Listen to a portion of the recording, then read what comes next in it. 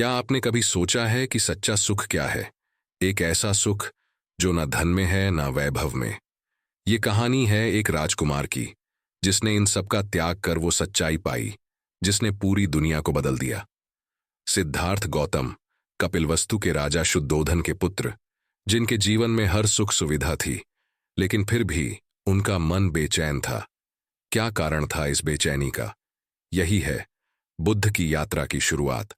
सिद्धार्थ का जन्म लुम्बिनी में हुआ था। बचपन से ही उनका जीवन राजसी वैभव से भरपूर था। राजा ने उन्हें हर दुख से दूर रखा, ताकि वे जीवन का सिर्फ सुखद पक्ष देखें। महल में 3 शानदार महल थे, हर रथु के लिए एक। दिन रात मनोरंजन, व्यंजन और नौकर चाकरों की भीड़। लेकिन सिद्धार्थ का मन इन चीजों से भरने लगा। ऐसा लगता था कि उनके जीवन में कुछ अधूरा है। एक दिन सिद्धार्थ ने महल के बाहर जाने की इच्छा जताई। राजा ने सोचा, सिर्फ सुखद जगहें दिखाओ, लेकिन नियति को कुछ और ही मंजूर था। एक बूढ़ा आदमी, जिसने उन्हें उम्र का सत्य दिखाया। एक बीमार व्यक्ति, जिसने जीवन की पीड़ा का एहसास कराया। 3 एक शव, जिसने मृत्यु की अटलता बताई। 4 एक सन्यासी, जिसने शांति का मार्ग दिखाया। सिद्धार्थ को एहसास हुआ कि ये दुनिया सिर्फ भोग विलास की जगह नहीं, बल्कि पीड़ा और सत्य की खोज की भी है। सिद्धार्थ ने फैसला कर लिया। एक रात जब पूरा महल सो रहा था, उन्होंने अपनी पत्नी यशोधरा और बेटे राहुल को अलविदा कहा। उन्होंने अपनी राजसी पोशाक उतारी, अपने बाल काटे और एक साधारण सन्यासी का वेश धारण कर लिया। उन्होंने सच्चाई की तलाश में घर छोड़ दिया। लेकिन यह रास्ता इतना आसान नहीं था। सिद्धार्थ ने 6 साल तक कठोर तपस्या की, भूखे रहकर, शरीर को कष्ट देकर, लेकिन उन्हें वो सच्चाई नहीं मिली जिसकी उन्हें तलाश थी। तब उन्होंने समझा कि आत्मा और शरीर का संतुलन जरूरी है। सिद्धार्थ बोधगया पहुंचे और एक पीपल के पेड़ के नीचे ध्यान लगाया।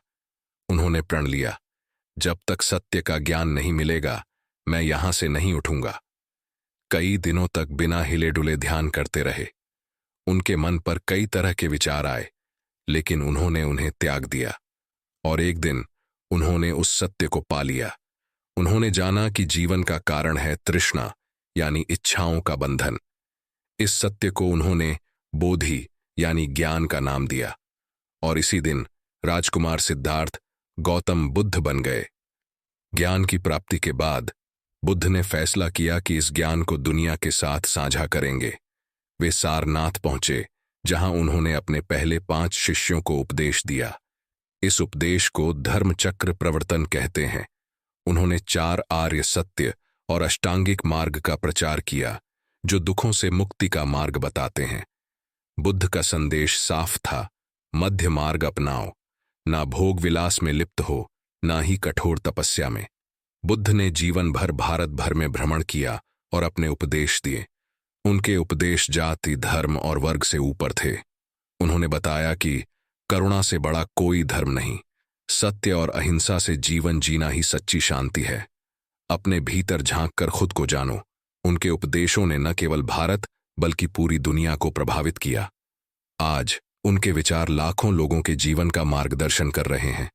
बुद्ध की यात्रा सिर्फ एक राजकुमार की कहानी नहीं, बल्कि एक ऐसा संदेश है जो हमें अपने जीवन में सादगी, करुणा और सत्य को अपनाने की प्रेरणा देता है।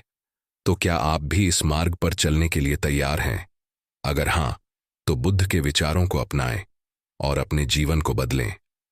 अगर आपको ये कहानी प्रेरणादायक लगी, तो इस वीडियो को लाइक करें, शेयर करें और चैनल को सब्सक्राइब करें। अगले वीडियो में फिर मिलते हैं एक और प्रेरक कहानी के साथ।